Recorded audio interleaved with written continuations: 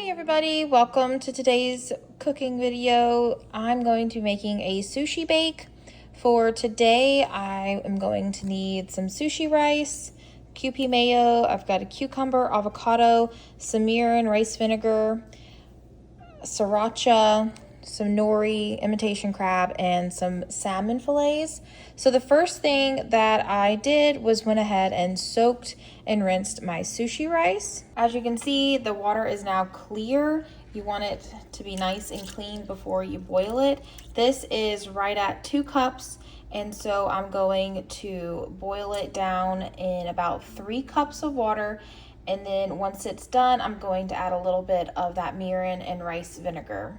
All right, so my rice is on the burner. It's getting up to temp. We're going to bring it to a boil, then cover and simmer for 20 minutes. I have already seasoned up my salmon fillets. I'm using a homemade seasoning that I made by dehydrating garlic, jalapeno, onions, cilantro, and then blending it with salt. I've got my skillet here with a little bit of avocado oil warming up so that I can get these cooked off, and then I'm going to mix this in with my imitation crab, Kewpie mayo, some sriracha, and then wait for the rice to be finished. My salmon is ready to come out of the skillet.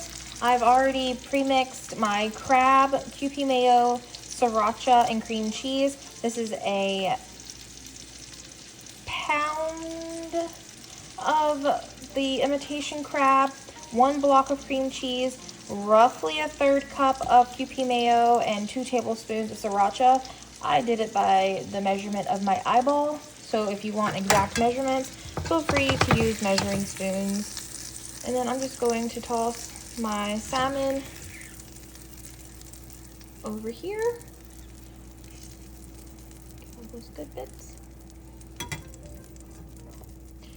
And just chop it up into there, mix this up, and then I'm gonna set it aside. The rice still has about 10 minutes, so once it's done, I'm gonna mix in a little bit of mirin and rice vinegar, then get it loaded up into the tray to pop in the oven. It's gonna bake for about 10 minutes on 380. You can broil it for a few minutes afterwards to give a nice crust. I don't think I will, not much of a fan of that crunchy texture.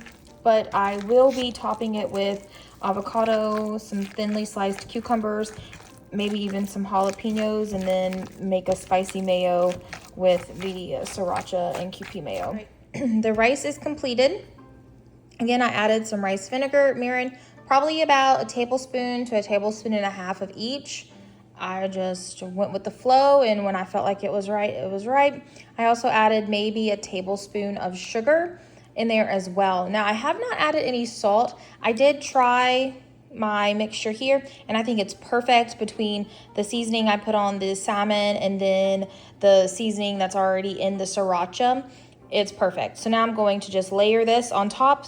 At this point, you could add some nori. However, my nori is a little bit past its prime, so I went ahead and decided not to use it. But next time I will definitely make sure I have a fresh batch of nori to be able to layer. So again, nori and then your crab and salmon mixture, and then pop it in the oven for 10 to 15 minutes. I'm probably gonna do about 15 since I'm not going to put it on broil. This is what it looks like prior to baking. I'll be back in about 15 minutes.